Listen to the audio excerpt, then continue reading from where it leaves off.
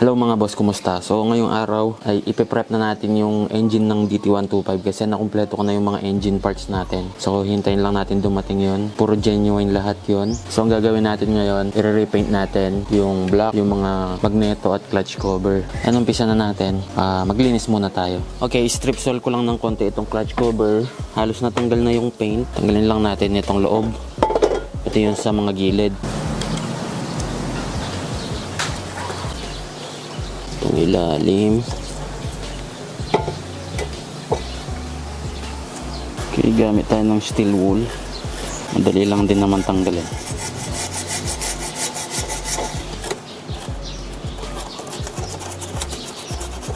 Okay, malinis na siya. Natanggal na tong old paint. Ngayon yung mga magneto cover naman. Pwede yung strip sol, kaso dapat tanggalin agad. Yan.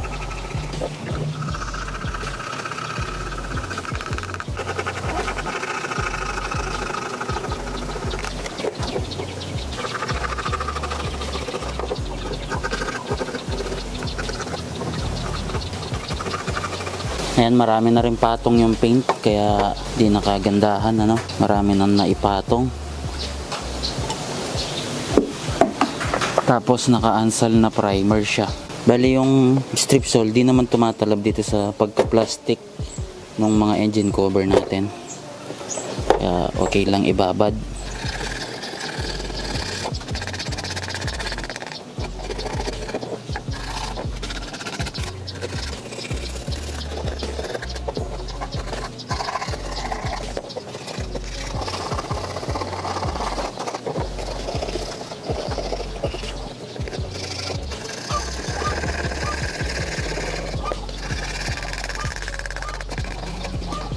Meron siyang crack na maliit dito.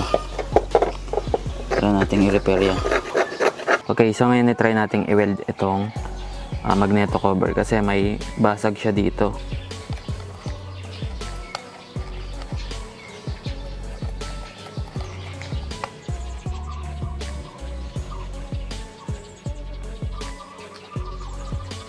Napatag na natin ng konti dito.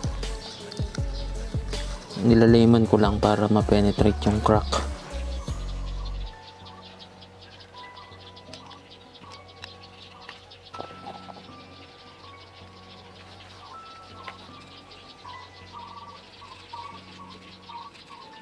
Okay, dito naman tayo sa black. Babanlawan ko na sila ng gas para matanggal din itong carbon. Yan po siya.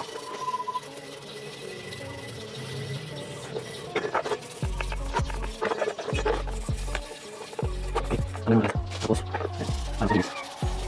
Yan natin, sa sumit natin.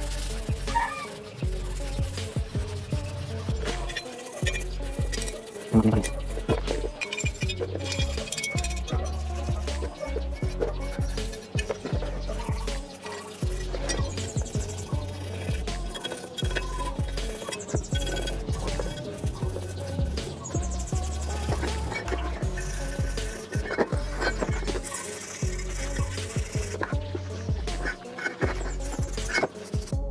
Okay mga boss, ililiha ko na sila para ma-primer na natin.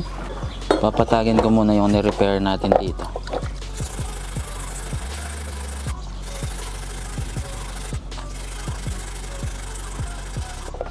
And guys, nabura ko na yung repair. Patag na siya.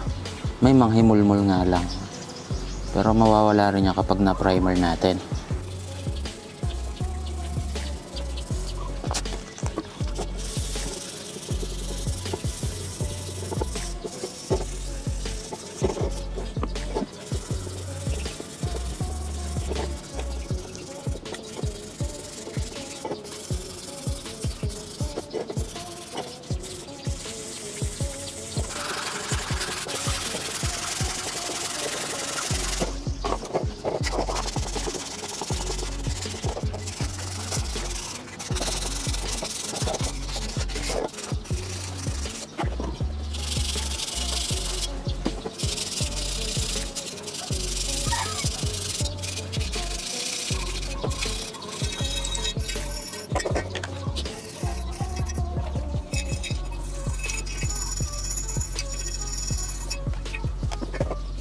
Okay mga boss, no, habang tinetapan ko itong sa may clutch cover, napansin ko na may crack pala siya.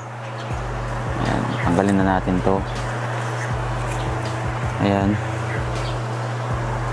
may crack pala siya dito, tumagos hanggang dito.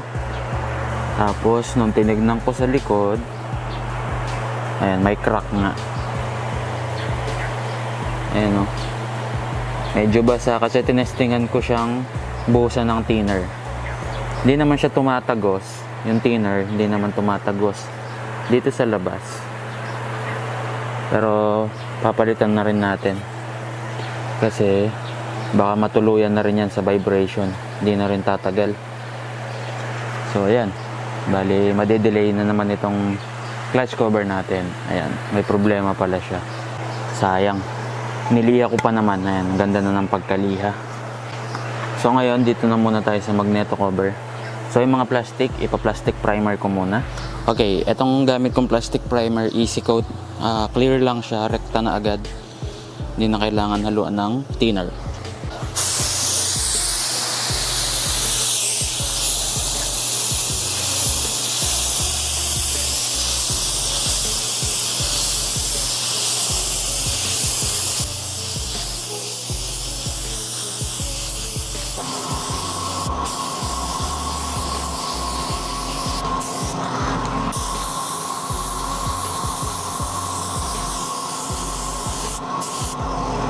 Okay, dito naman tayo sa headed block.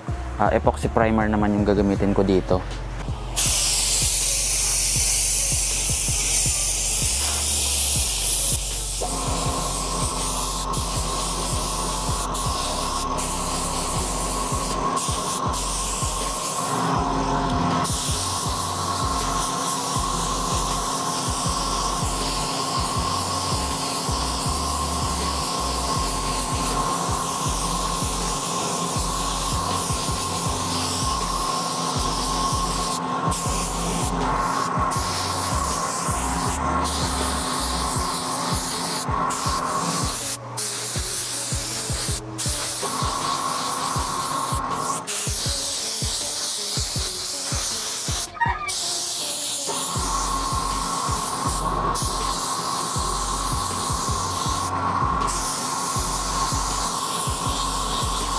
Okay, ngayon guys ay imamasilya ko ng konti itong sa may magneto cover. Ayan.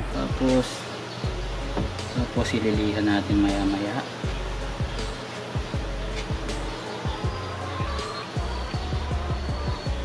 Okay guys, tuyo na siya. Pwede ko na yung iliha. I-wet sanding natin. Tapos gamit tayo ng sanding block. So nagpalit ako ng brand ng masilya. Medyo pangit yung pula. Yung pulang masilya kasi nahihirapan ako. So ito, maganda yung review sa Shopee, kaya ito yung napili ko. Yung link.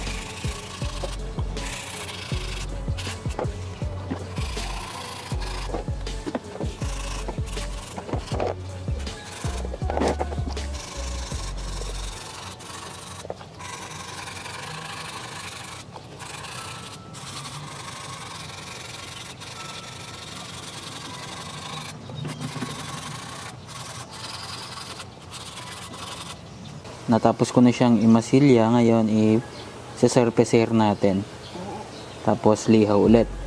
So ayun. Okay, ipa-plastic primer ko lang ulit yung lumitaw na plastic.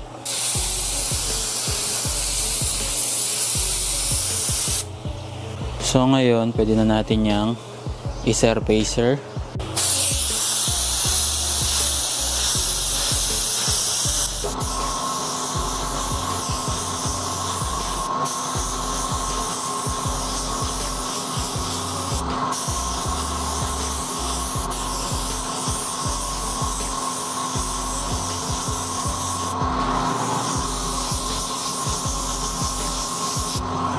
Okay mga boss, papatuyuin lang natin yan, tapos ililiha ko ng konti, tapos pwede na tayo mag base coat. Ayan, natanggal na yung mga bakas ng masilya.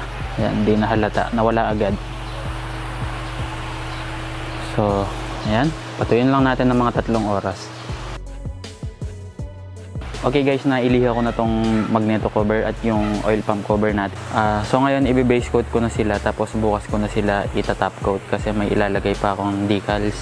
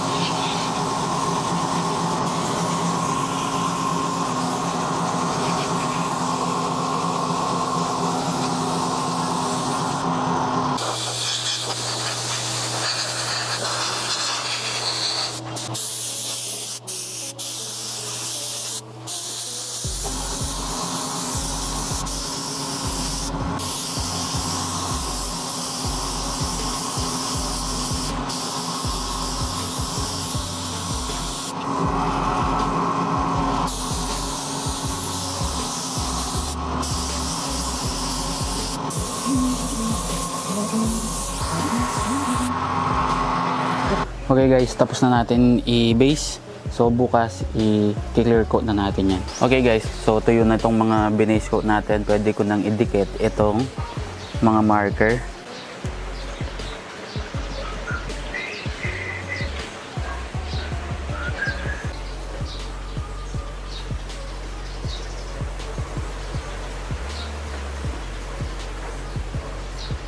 Sa clear coat, matte clear yung gagamitin ko sa mga engine parts natin.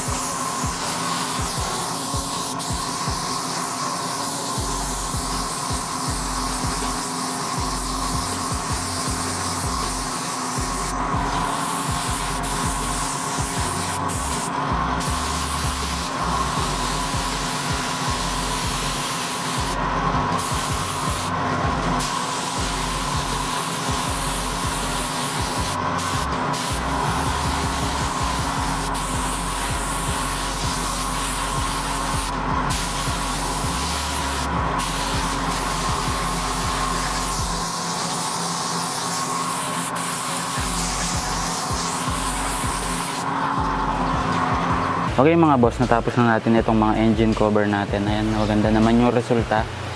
Matte na. So, papatuyuin ko pa ng ilang oras yan. Tapos, lilinisan ko pa ng maayos yung center crankcase natin.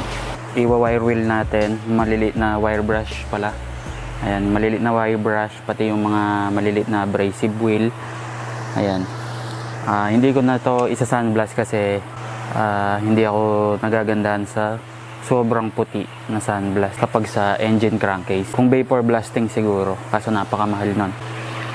And umpisa na natin.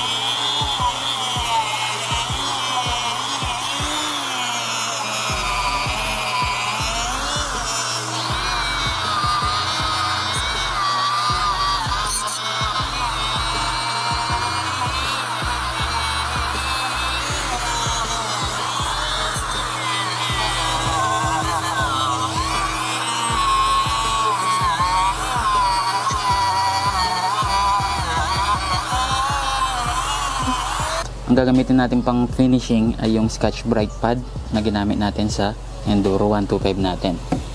So, ayan, scratch lang natin yan.